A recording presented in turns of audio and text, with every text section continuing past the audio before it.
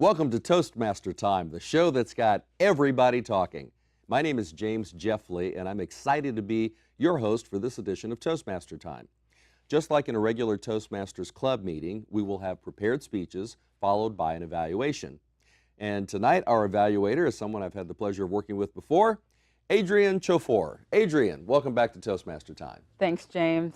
We are so excited tonight. We have two dynamic speakers with us. We have Naomi Takeuchi, who is going to present brand, logos, and taglines, oh my. And James Forslind, he's going to present solving a worldwide war against nature. We just can't wait to hear them. Wow, it sounds like two very interesting and powerful speeches. I'm looking forward to hearing them as well as your evaluation.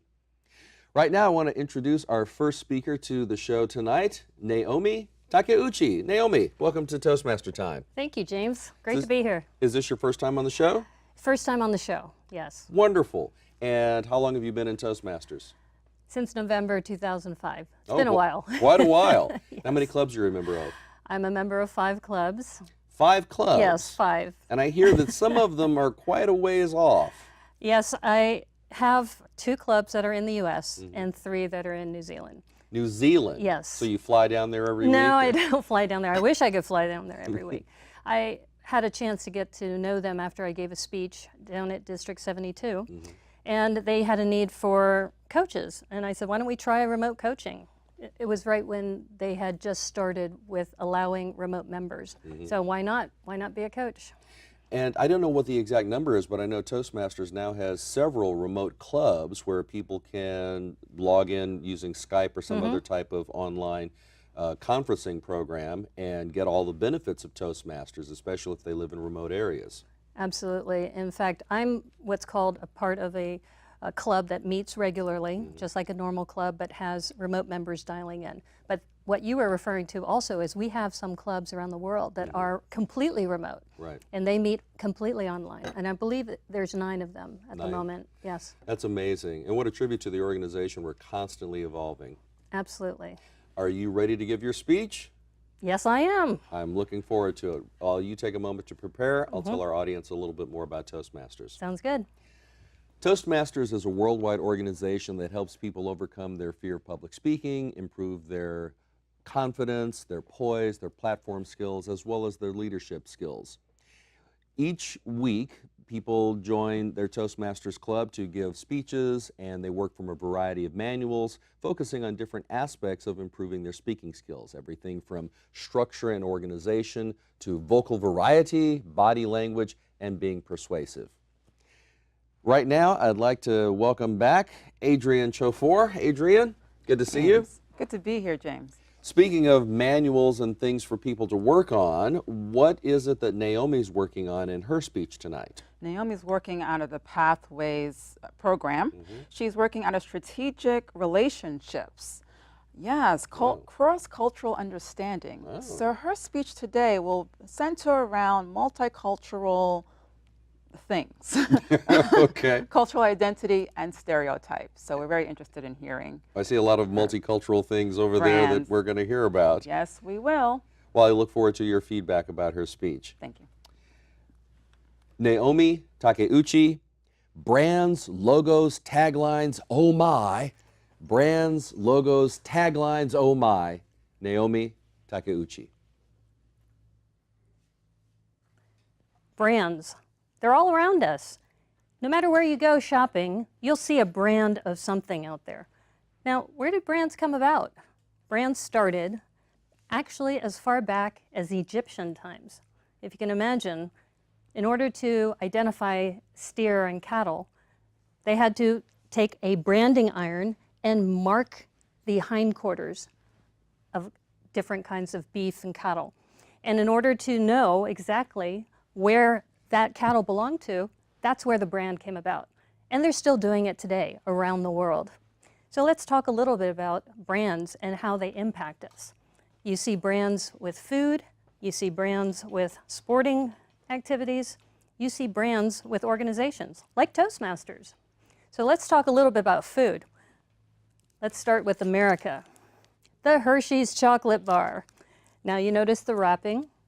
plain brown wrapping with the silver logo, or I should say the lettering. Now, one thing about brands is that when you see this brand on the shelf, you know exactly what you are going to expect.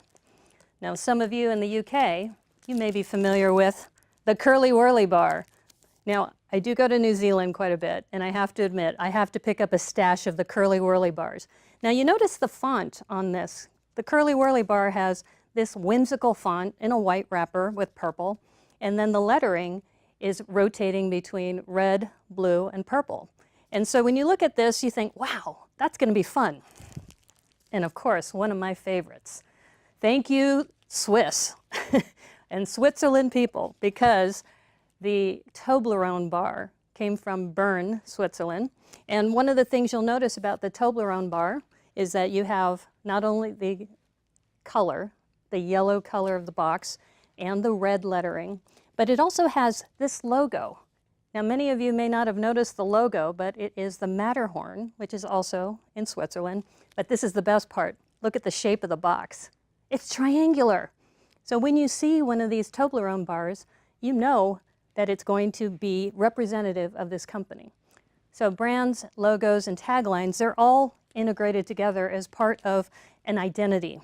And we were talking a little bit about stereotypes and cultural understanding. I've had a chance to go around the world, and one of the best ways to get to know people is through their food. Another thing I noticed too is sports. If you think about brands, logos, and taglines, you have them all over the place with sports. Now, I have to admit, my favorite, the San Francisco 49ers. I have to admit, I'm a California girl, born and raised in San Francisco, and I have seen this logo for many decades. Not going to tell you my age, sorry. But if you take a look at the San Francisco logo, the red, the gold around, red and gold are our colors. So when you see a 49ers fan, you know you're going to have red and gold everywhere. Now, what about if you're in Australia? Now, some of you may be familiar with the State of Origin. State of Origin is a rugby tournament that's played, and they have two colors, the maroons and the blues. And I guess you can tell who I cheer for. And of course, sometimes entire countries have logos, taglines, and colors. So take a look. For those of you who are in South America, you know what I'm talking about. Argentina. And yes, Lionel Messi is one of my favorite soccer players. So why is this important? We had mentioned about how cultural understanding, that people who are in Australia, for example, if you know that they're a blues fan, that they're probably from New South Wales. Now, we're talking a little bit about how brands are important for sports and for food. What about for organizations? Now, some people have asked, why did I pick this topic? And part of it has to do with my company is 1,000 Cranes. Now, the problem I had was that it's based on the whole legend of folding 1,000 origami cranes. Now, I couldn't trademark this, so I had to come up with something else. So I had an artist come up with a logo. And just like the other logos that I showed you, I had to come up with a special font. I had to come up with the colors and a tagline. My tagline is Believe, Plan, Fly. And of course, this is Toastmasters TV, so I've got to talk about Toastmasters, right? So you probably have seen all the logos that are around the studio. Well, of course, Toastmasters has their logo as well. And this helps us identify each other. You know that the colors of this dark blue, this maroon, this gold, it's all in the Toastmasters brand manual. So why is this important? When you're talking to various people around the world, and we're trying to have a better cross-cultural understanding, we try to make sure that all of the colors, the images that we have are inclusive. And we want to make sure that we are, as an organization, a place where leaders are made. Now, I know I'm running out of time. In fact, oh my gosh, I got a game to go see. I'm gonna wear my colors, and I better go grab my favorite chocolate bar. We'll see you later.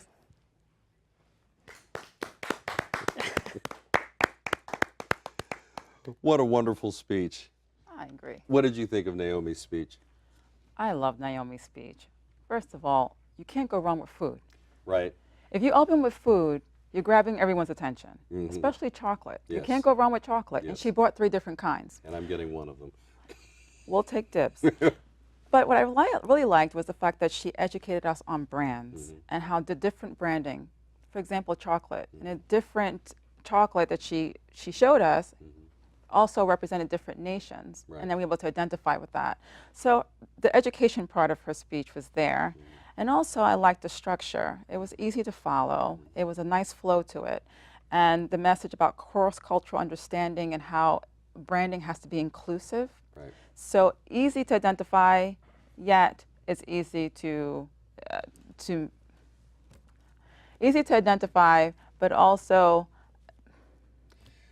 Well, I think I understand what you're saying. Okay. She took what could have been a very complex topic, and it is, and she synthesized it and presented it in a way that made it easy to understand and digest. Yeah. I'm still thinking food here. And also take away a very important lesson about how we relate to each other. And one of the ways is through our symbology, our brands, etc. Right, and I also like how her visual aids also supported her message. So And I a very like good that. use of props. Excellent, exactly. Wonderful. Well, we're going to take a break right now.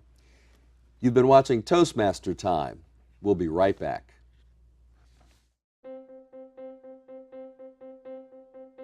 Name an effective political leader in history who couldn't speak well. Mr. Gorbachev, tear down this wall. There aren't any. Because when it comes to a disease, Freedom requires leadership, and leadership requires oratory. You have to speak to be heard. I have a dream. It's all about personal growth and guts. Never give in. Never, never, never.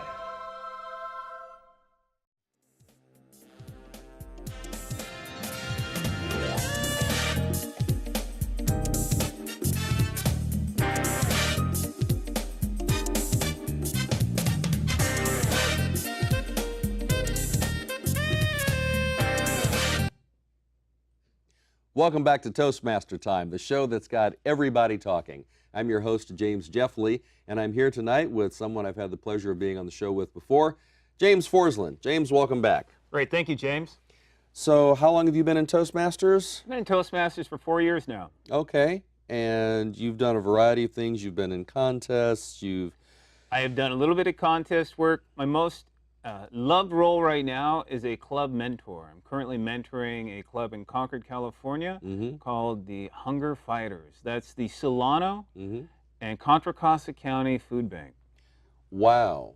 So this is a Toastmasters club that obviously works on speaking, but it feels like there's a leadership component that has a direct impact in the community.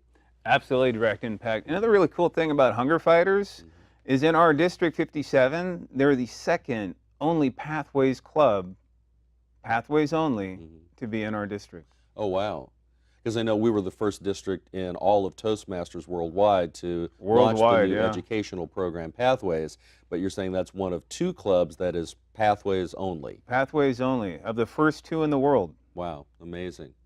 And your work in the food bank with the club, I think, is directly related to what you're going to talk about tonight. It's a little bit of an inspiration to me, but I think the topic I'm covering tonight might be a little bit more global even. Wow. Well, this is where leaders are made, and we're a worldwide organization. So I look forward to hearing your speech with global impact. You ready to give it? I am. I'll give you a moment to prepare and tell our audience a little bit more about Toastmasters. Speaking of global impact, Toastmasters is a worldwide organization. We are in about 142 countries right now, comprised of close to 16,000 clubs with over 340,000 members. If you want to get over your fear of public speaking, improve your poise and confidence on the platform, or get involved with leadership activities to make a difference in your community, visit toastmasters.org on the web, find a club near you, and sign up. I'd like to welcome back to our club, our TV club, our Evaluator. Adrian, welcome back. Hello, James. So what are you looking for objective-wise in James's speech? Well, James is going to discuss strategies that will help us. So which manual is James speaking from? James is speaking from the Public Relations Manual. He's working on Project 5, the Crisis Management Project. And sometimes that comes up. You work for an organization, something horrible happens, you're the one who has to be in front of the camera and explain it to everyone. A difficult message, absolutely. And he's going to demonstrate that. Yes, he is. Well, I look forward to his speech and to your evaluation. Thank you. James Forslind, Solving a Worldwide War Against Hunger. Solving a Worldwide War Against Hunger, James Forslind. I have a story for you. It starts about 12,000 years ago. It goes a little bit like this. Hey, it's a bit warm in here. It's a bit warm in here. Does it seem like it's heating up in your world? Have you realized that for the last 12,000 years, our ecology has remained exactly the same? And in that time frame, approximately 6,000 years of mankind has since transitioned our global world into a very new world, a world that we have shaped ourselves, and in that we have a personal responsibility of what's coming. Global warming. Perhaps a topic that nobody has covered for you before, perhaps something you know very well. But tonight, this discussion is about awareness. It's about becoming clear on the pathway that we're heading right now from a world that's transitioned since 1950, tripling its population to 7.5 billion people, well on its way to 9.5 billion people by the end of the century. As we're facing this crisis right now, global warming, would you call it any different? Hey, it's getting a bit hot in here. You know why it's getting hot? Because since 1950, the temperature of the planet has continued to increase every year at an almost exponential rate beyond what science could possibly understand. We're facing a world right now that has lost 40% of the global ice. The interesting thing about global ice, take a look at the Himalayan mountains. The Himalayan mountains are the water source, the watershed for half the population of the world. That's China and India, the two largest populations. What could happen if all the snows were gone? How about Mount Kilimanjaro? What if the snows of Kilimanjaro were gone? Well, they are. They've receded to 90% of what they originally were 60 years ago. That water source that was there for the country of Africa has now reduced to a level that could be creating a global conflict. Look at the effects of drought in Syria. What's happening to our world? We hear about the war in Syria, but do we see the effects of where that war came from? Do we understand the people's plight of what they're facing? Has global warming come to your household? Is it getting warmer? This is a topic that covers all of our lives. It's not just about one race, it's about the entire human race. What can we do to solve this global war on nature? Nature has given us everything we possibly needed. To view nature as a whole, you have to remove yourself back to outside of the planet. Yeah, you have to take yourself away from all those gadgets you know, from all that ego you know. You have to pull yourself back to what an astronaut would view of your world. Where do you stand? Where do you stand on a pivotal moment like today to make a change in the world of the lives around you? Oh, crank up the air conditioning. It's hot in here. Or no, this is winter time. Crank up the heat. Do we know what we need to be doing? Is it just about our ego that we're feeding this incessive need to feed? Look at food population on the planet. 2/3 of all grain grown in this world is grown to feed food stock, i.e. cattle. We can do better than this. We can make a change with the resources we have, as in we already have those resources. It's just about management. What can you do to change? We all have the power to change. I know I've made changes. I look for ways to be conservative in my life, as simple as turning off a light switch when I leave a room. I look for other ways in my business to reduce water consumption to manageable levels. It's really about you and me making a change together. We have the ability as a team to challenge these problems that we're facing, whether you call it global warming, whether you call it an environmental change, it's here today. It's something we all have to deal with, and it's something that we're going to have to face together as a population of 9.5 billion people. While we can't solve this war on nature today, I believe the pathway forward is clear. It starts now.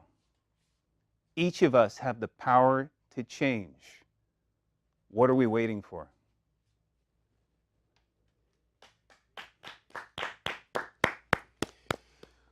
Wow, that was a very sobering and powerful message. Yeah, I agree with that, James. It was difficult in a way to listen to the message because it's something that it impacts all of us. It's very relevant today. So I think all of us are thinking about our future and how our environment is changing. I enjoyed James's speech because of the structure. It was very easy to follow. It was very clear. Also, throughout the speech, he kept bringing us back to global warming. Right. So there's a problem. It's global warming. And then he said the solution is management, and he gave examples, personal experiences, how he is making a difference. Right. Giving us, modeling how we can also make a difference too, conserving water, conserving energy.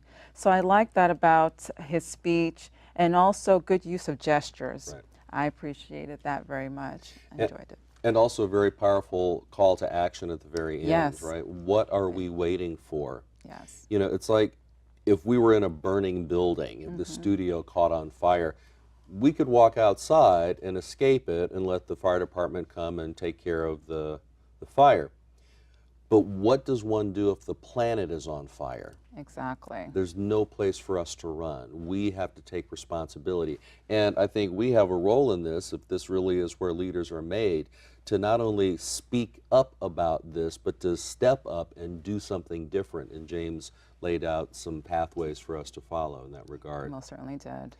One of the other things I noticed about this speech is that once you develop certain platform skills, effective gestures, organization of content, body language, vocal variety, there comes a point where you stop listening to the speaker and you're just hearing the message. You're not focused on, oh, here's a guy giving a speech. Right. You're enthralled by the message itself. And that's the power of a really good speaker and a really good speech. And one other thing, Kennedy said, you know, the only reason to give a speech is to change the world. Right. And that is the power that we have through utilizing our skills we learned in Toastmasters. Well, I think it's time for a break. When we come back, we'll wrap it up. You've been watching Toastmaster Time TV. We'll be right back. Name an effective political leader in history who couldn't speak well. Mr. Gorbachev, tear down this wall. There aren't any. Because when it comes to a disease, Freedom requires leadership, and leadership requires oratory. You have to speak to be heard. I have a dream. It's all about personal growth and guts. Never give in. Never, never, never.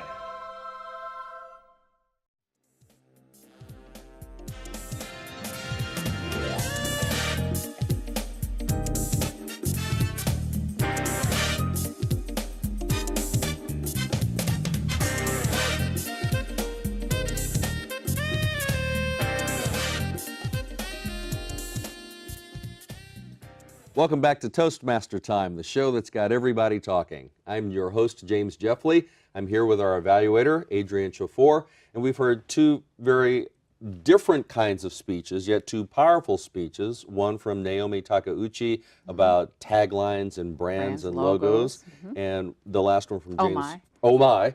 And the last one from James Forslind talking about global warming and our responsibility as a species to save ourselves. It's a war, a worldwide war. So as a global impact, global warming, and we all have something to do with this and making a change. Right. Hearing two different speeches like this, what would you say are the two takeaways for our audience, perhaps people who are looking to improve their public speaking skills? Well, like you said earlier, James, this is a master class, so there were so many to take away from both. With Naomi, I think her use of visual aids, and with James, I think, as you mentioned before, about the message and letting the message speak for itself. It's not so much emphasis on the speaker, but on the message. Exactly. And one of the things I appreciate about doing this show is not only hearing different messages and seeing different speakers, but learning about the art of speechcraft as well. Yes. It's been a pleasure working with you. It's time to wrap up right now. Thank you. You've been watching Toastmaster Time TV. We are a show that comes to you available on toastmastertime.com. That's where you can learn more about the show, watch episodes, or learn more about what we do here. We are sponsored by Toastmasters District 57 here in Northern California. You can learn more about them at d57tm.org. And if you're interested in joining a Toastmasters club near you, visit us online at www.toastmasters.org. Thanks to the Media Center here in Palo Alto, where we film our show live. I'd like to thank all of the staff and crew here, as well as our evaluator, Adrian Chofor, our speakers, Naomi Takeuchi and James Forslind. I'm your host, James Jeffley. Thank you for watching Toastmaster Time. Keep talking.